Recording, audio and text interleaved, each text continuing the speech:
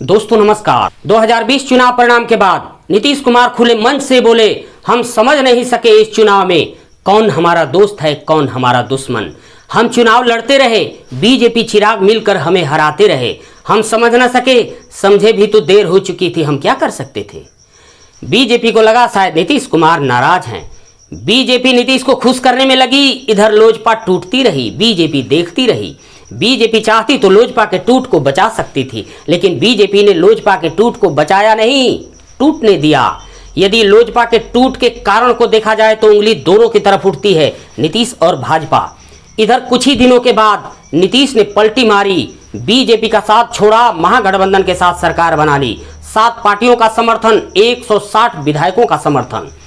इसके बाद इधर फिल्मी दुनिया से सफर तय करते हुए राजनीति में कदम रखने वाले रामविलास पासवान के सुपुत्र चिराग पासवान हताश नहीं हुए, पार्टी के टूटने से नर्वस नहीं हुए। जनता के बीच गए, रोड शो किए, जनता से मिलते रहे, जुलते रहे।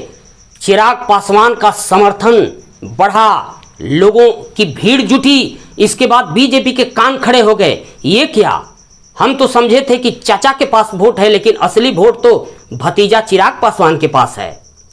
इसके बाद उपचुनाव हो रहा है मोकामा गोपालगंज, उसमें बीजेपी ने दोनों बाहें फैलाया और चिराग पासवान को बुलाया।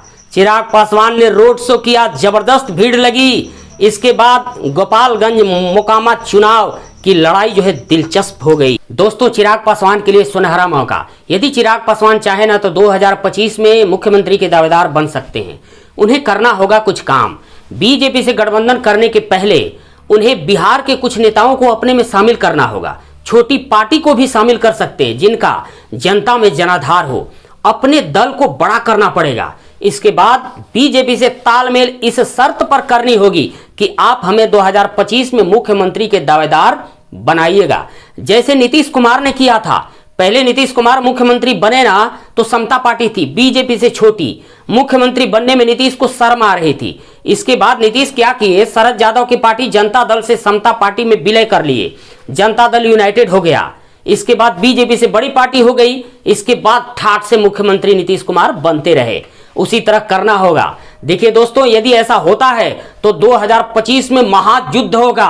बीजेपी गठबंधन की तरफ से चिराग पासवान और महागठबंधन की तरफ से तेजस्वी यादव, महासंग्राम। इसी के साथ वीडियो को समाप्त कर रहा हूं दोस्त, नमस्कार।